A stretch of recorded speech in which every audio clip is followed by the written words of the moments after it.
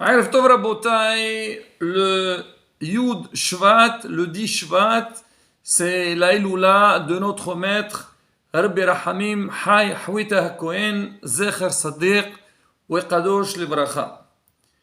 Avant de raconter un petit peu sur sa vie et bien sûr des histoires miraculeuses avec lui, je voudrais transmettre quelques témoignages des grands de la génération sur notre maître. Moreno Rav Awad Yosef, alors il l'appelait Maran Mofet Hador.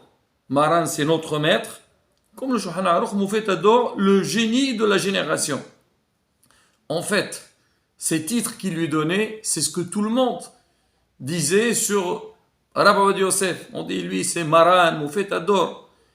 Et lui-même, il sentait Rabbi Hawita que c'était vraiment le sommité donc de toute la génération. On raconte, une fois il est venu à la yeshiva de Kisser Hamim, il venait souvent, et il faisait des shu'arim avec les talmidim, et après il entrait, il restait avec Maran Rosh Shiva, Rabbi Meir Mazouz Shalita, et quand il entrait dans son bureau, il a vu la photo de Rabbi Hawita. Alors sur le champ, il a demandé, s'il vous plaît, vous pouvez me donner cette photo, j'ai envie de la prendre et la mettre dans ma chambre. Ce qui est marqué, ça veut dire quoi? Toujours, il faut avoir face à soi donc l'image, la photo de nos maîtres. Et Rabotai, ça donne beaucoup de Yirat Shamayim. Des fois, il y a des gens, ils critiquent, ils disent, c'est quoi mettre la photo des rabbanim dans les maisons et tout ça? Au contraire, c'est que quand on voit ces rabbanim, c'est Kdoshi Elyon, donc ça nous donne l'Yirat Shamayim et ça nous fait un rappel sur leur vie et sur ce qu'ils ont fait dans leur vie. Alors maintenant, Moreno Arav Rabbi Messiah Mazouz. Rabbi Messiah Mazouz, chez Minqom Damo, c'était l'élève de Rabbi Hawita. Alors lui, quand il parlait sur Rabbi Hawita, il disait Yahid Bedoro. Il était unique dans la génération. Ça veut dire sa force, sa grandeur dans la Torah, elle est exceptionnelle. Les Ashkenazim, en Israël, ils l'appelaient Ha-Admour Medjarba. Le Admour, on sait c'est quoi Admour. En fait, Admour, c'est quoi? Adonenu, Moreno et Rabbenu. Eux, ils disaient c'est le Admour de Djerba. Ça veut dire quoi? C'est une grande sommité. Il y avait un grand Rav, Ashkenaz aussi. Alors, il disait que sur Rabbi Hawita, lui, c'était le Hazounish des Sfaradim. On sait chez les Ashkenazim, le Hazounish, c'est une grande sommité, Gaon Atsoum. Alors, quand il a étudié les paroles de Rabbi Hawita, alors il a dit, lui, c'était le Hazounish des Sfaradim. Alors, on dit qu'il est arrivé en Israël. Il était Rab du Moshav Brechia. Moshav Brechia, il est à côté de Ashkelon. Alors, les rabbanim de Misra d'Adatot, alors il voulait lui faire un test parce que être rab de Moshav, donc quand même, c'est un poste important. Ah, ils sont partis pour le tester. Alors il lui posait des questions et lui, il répondait, il leur posait lui-même des questions. Et qu'est-ce que vous pensez de ça? Il entrait comme si c'était une havrout, ils discutaient ensemble. Ils lui ont dit, oh là là. Ils lui ont dit, nous on pensait venir t'interroger. Et on voit que c'est toi qui es en train de nous interroger. Bon, ça y est, on voit c'est quoi ta grandeur. Au point qu'on lui avait proposé d'être le Rishon Litzion, c'est-à-dire le grand rabbin d'Israël, mais lui, il a refusé. Il préfère rester dans son moshav, à côté des gens donc de sa communauté, et écrire ses sfarim dans la tranquillité. Déjà, Rabotai, pour imaginer un petit peu, donc c'était qui Rabbi Hawita. Alors, je précise, donc lui, c'était le maître aussi de notre Rav, Rabbi Hanina Bogit Sadoun, Zecher Sadiq, Vekadosh Libracha. Maintenant, on va parler un petit peu de sa biographie. Déjà, dès qu'il était petit, il a brillé donc dans le Talmud Torah, dans le Ma'alem. Mais on dit que ses parents, ils n'ont pas eu des garçons, ils ont eu des filles, mais ils ont attendu longtemps pour avoir un garçon. Et Baruch Hashem, Zahou, ils ont mérité. Alors le jour qu'il est né, c'était le 22 Sivan 5361. Alors bien sûr, c'était une grande simha chez ses parents. Son père s'appelait Rabbi Hanina. Et le père, le voyant, il a espéré, bien sûr la mère aussi, que leur fils, il sera un talmid hacham, quelqu'un qui est dans la Torah. Mais en fin de compte, il a dépassé toutes les limites et donc il est devenu un géant dans la Torah. Alors quand il étudiait, quand il était petit, il lâchait rien. C'était vraiment, il était investi énormément dans les Moudat Torah. Il savait pas c'est quoi les jeux, les amusements des enfants. Pour lui, son plaisir, c'est l'étude de la Torah. Au point, le soir, quand il rentrait, alors il y avait un programme dans la journée, dans le Ma'alem, dans la Yeshiva. Alors, il prenait ses sfarim, il restait, il étudiait déjà à l'âge de 8-9 ans, il a commencé à écrire. C'est vrai, à Djerba, en Tunisie, on initiait beaucoup les enfants écrire des Hidushim. Et son père, il voyait que son fils y restait à une heure tardive, il va le voir, il dit mon fils, c'est bon, Baruch Hashem, tu as bien étudié aujourd'hui, demain aussi est un jour. C'est la phrase qui nous disait notre maître Rab Haïkiz, on va à la Yeshiva d'Aix-les-Bains, il nous disait, chers élèves, demain aussi est un jour, allez-y dormir et vous pourrez faire ce que vous voulez demain matin. Voici une phrase connue. Le père, il disait la même chose à son fils. Et Rabbi Houta, il disait, papa, encore un petit peu. Qu'on voit aujourd'hui les enfants avec leur portable. Ils jouent, coco, j'ai pas encore, une seconde. À la fin, les parents, ils craquent, ils les laissent comme ça. Et lui, c'était ça son jeu. Il étudiait. Le père, d'un côté, il était très content. Comment son fils est investi dans l'étude de la Torah, mais d'un autre côté, il pensait à sa santé. Il faut qu'il dorme. C'est important que les enfants, ils dorment. Il dit, bon, d'accord, encore un petit peu. À un moment donné, donc le petit, il a craqué. Il voit son père, il était peiné de le voir étudier. Il lui demandait, va dormir. En plus, le père, il ne peut pas aller dormir tout le temps que son fils n'est pas parti dormir. Qu'est-ce qu'il a fait? Des beaux-frères qui boudavaient et aussi pouvoir étudier. Il dit à son père, d'accord papa. Il a fermé ses livres, il a embrassé son sefer et il est parti dormir.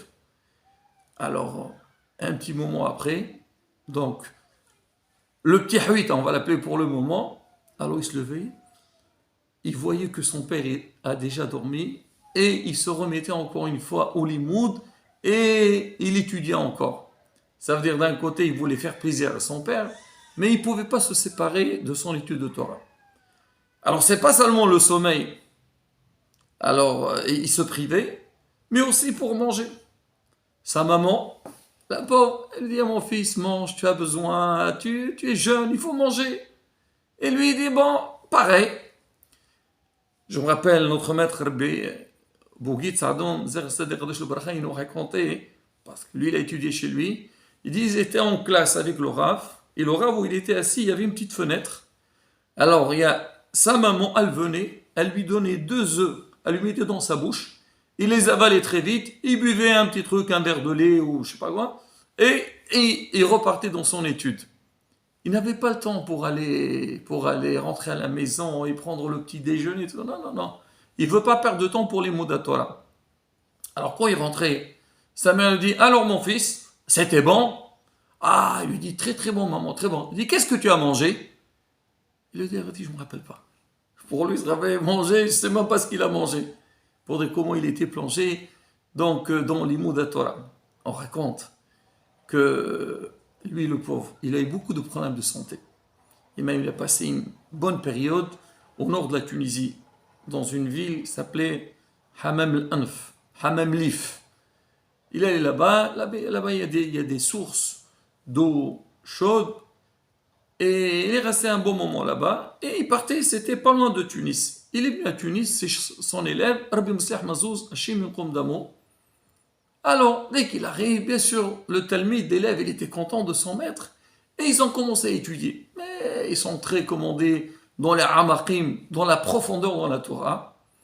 Et le père de Rabbi Moussah était content. Le rab de son fils, il est là, Rabbi Houita, il était connu. Il leur a amené une belle assiette des raisins, du bon raisin noir. Il leur a dit, allez-y, mangez, vous avez besoin vous êtes en train d'étudier, vous avez besoin de force. Alors, Rabbi Hawita, il n'a même pas regardé ce qu'il y avait. Il a vu donc des fruits, quelque chose de noir. Il a pris, il a trempé ça dans le sel, il pensait que c'était des olives, il mangeait. Il s'est même pas rendu compte. Les raisins sont doux, le sel, il est salé. Quelqu'un d'autre, c'est pas bon. Et lui, il a fini toute l'assiette, il s'est même pas rendu compte ce qu'il avait mangé. Et Bémet, quand je raconte cette histoire, ça me rappelle notre maître Rabbi Yosef. Lui aussi, il y a eu des histoires comme ça quand ils étudiaient et comment sa femme lui a laissé le manger à la tombe d'état. Et quand il a commencé à manger, il s'est trempé. Au lieu de tremper dans le sel, il a trempé, je crois, dans la lessive. Pour lui, il était dans un autre monde. Et c'est ça, c'était la force de notre maître Rabbi Hawita. Maintenant, pour parler d'Enissim et sa vision. Alors, on dit, il y avait une fois quelqu'un. Il est venu dans le Moshav, où il était dans Moshav Brechia, il est venu voir le Rav.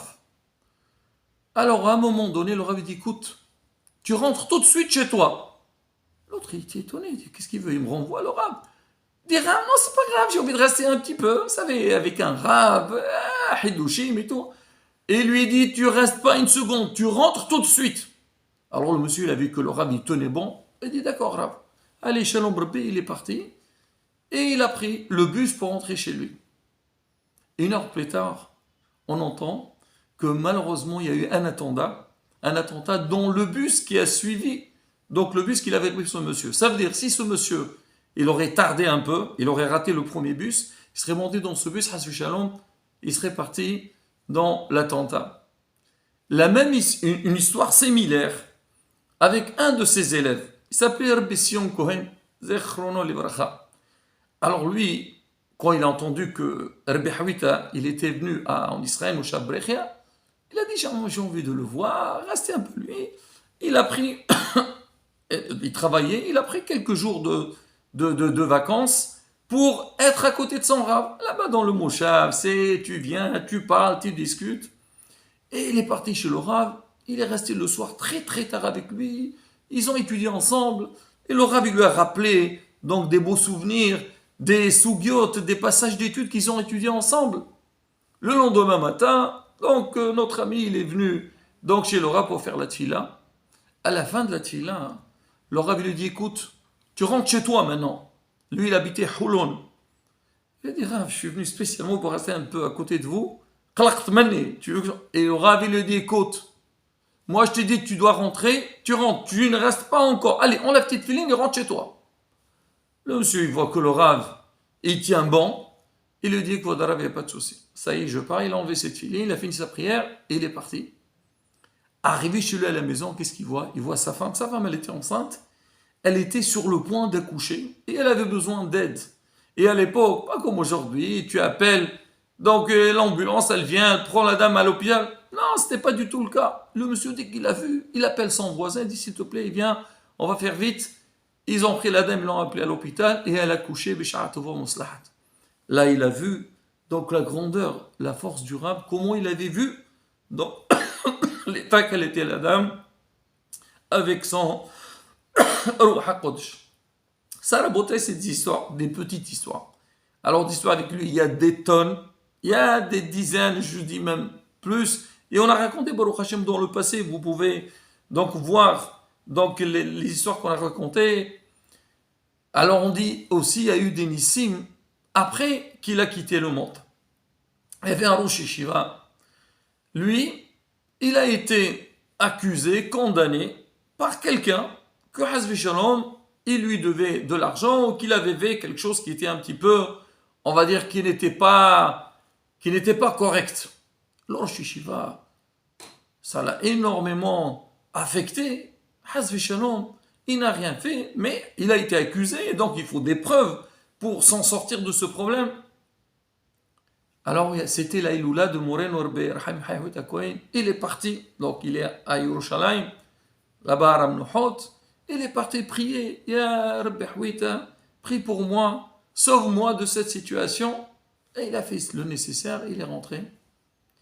Quelques jours plus tard, alors le monsieur, celui qui a réclamé l'argent à ce Rav-là, il est parti donc au au tribunal, le juge lui a dit, écoute, monsieur, ce que tu fais, c'est injuste. Tu as accusé ce rabe-là pour rien.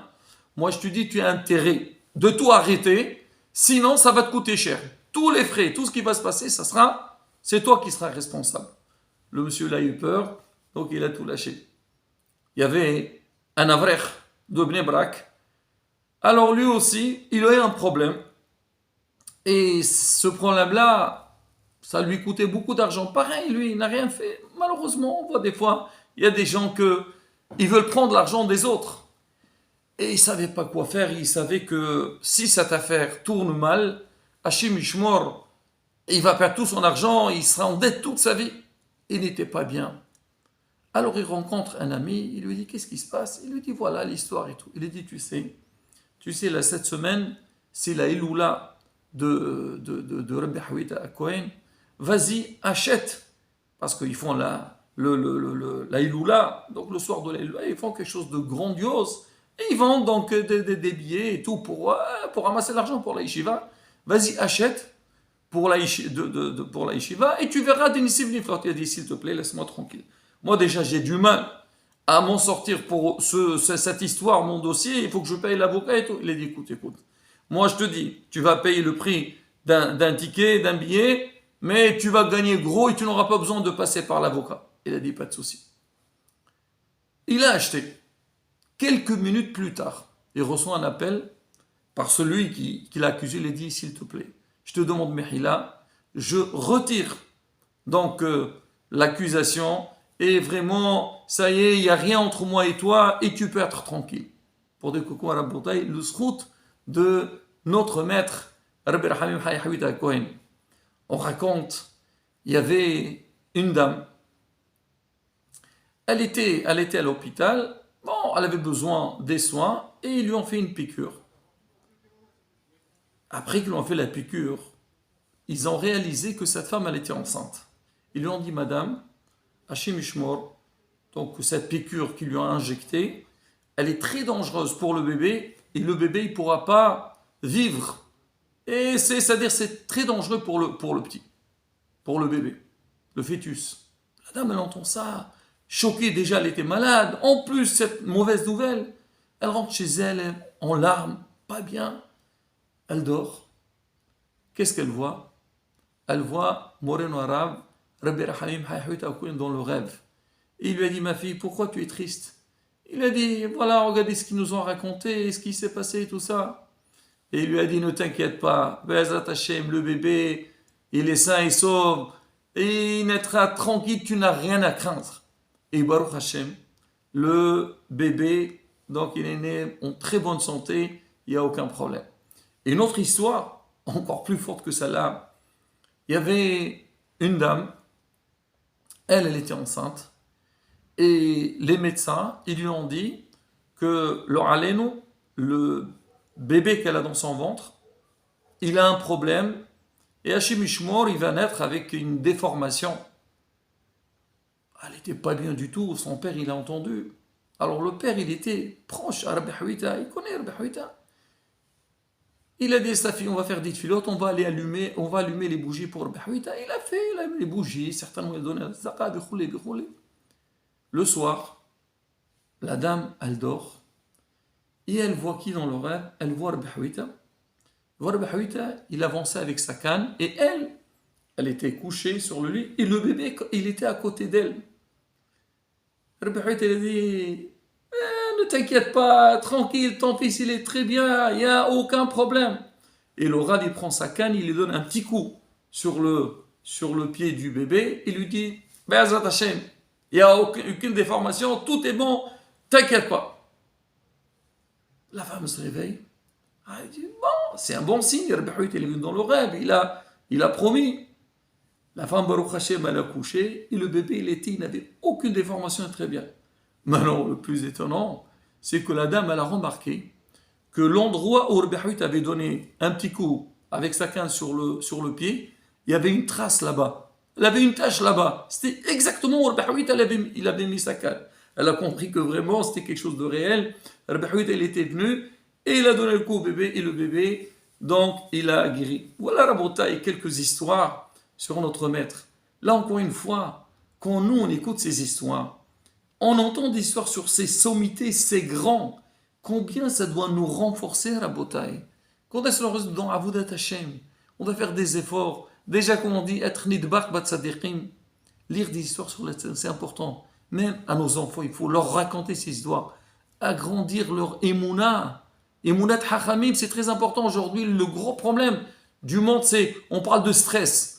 Mais le stress, il vient d'où? Il vient de manque d'émouna. On a peur de tout. Pourquoi on a peur? Parce qu'on dit peut-être que ça va. Non, si tu sais que c'est Hachem qui fait tout, bah, tu ne dois pas t'inquiéter. Tu ne dois pas du tout t'inquiéter. Parce que Hachem a kol yachol.